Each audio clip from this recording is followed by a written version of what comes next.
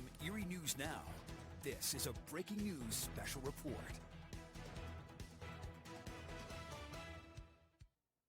Good afternoon, everyone. I'm Eva Mastermattio. We are breaking into programming with a local special report as the anticipated Wall That Heals is arriving at the Zemzem Shrine Club in Mill Creek Township at this moment. It is being escorted by hundreds of motorcycle riders. At least 30 of those are veterans in the lead, and they have made their way from Conneaut, Ohio, and have traveled Route 20 and then south on Zook Road right to the Shrine Club. That's where the Wall That Heals will be assembled and later ready for visitors to reflect. We have a crew there right now with team coverage really spanning all across the region today for this monumental event, including a news vehicle in the motorcycle escort. If you have been listening on Facebook, our Isaac Petcash has been in that station vehicle moderating the ride from Conneaut right into Mill Creek Township. And this is a live look from this mobile storm tracker right now, where he is in the passenger seat, Isaac Petcash in the driver's seat, our longtime videographer Larry Mancuso, and they've been showing us the perspective from behind the wheel as they are right in front of the semi-truck that is holding the Wall That Heals, and they're also in back of many of the motorcycle riders. You could see as they enter the driveway there at the Zemzem Shrine Club, it is lined with people, lined with American flags, certainly a lot of emotion running high. We are joining now our Mike Ruzzi, who is live at the Zemzem Shrine Club with a closer look. Good afternoon, Mike. Hi, Eva. It's been an unbelievable afternoon so far. The bikes are coming in right now. I'm joined by retired Major Joe Fott, and we're going to just pull over and take a look at these bikes coming in. We were told over 600 motorcycles, a lot of the veterans leading the way, 30 of them in front of the Wall That Heals. And Joe, here it is right now, going under the two local fire trucks.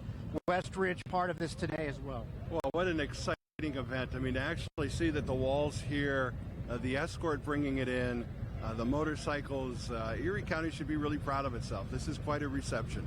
This is one of 29 stops for the tour this year. 22 stops last year. Hundreds of communities applied for this opportunity, and Erie one of 29 selected. And you can just see the bikes rolling in off of Zook Road. And we're going to talk to two of the Vietnam veterans that were part of the ride today. Dennis and Ed, come on over. Guys, Dennis Nowera joining us live right now. How was it? It was the best. It was the greatest. I'm lost for words. What was it like being up front? Ed, come on in.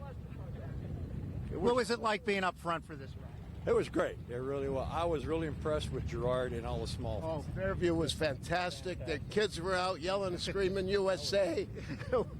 Just the best. When you guys saw all the people lined up and the flags and the spirit, what was that like? It was touching. It really was. I didn't expect this many people. I really did not. And it was very touching. Dennis, you've done a lot of runs, motorcycle runs. Where does this one rank for you? Number one. Number one on the list? Number one, especially for Erie. No question. Guys, thanks so much for being with us. We're going to take a few more shots before we send it back.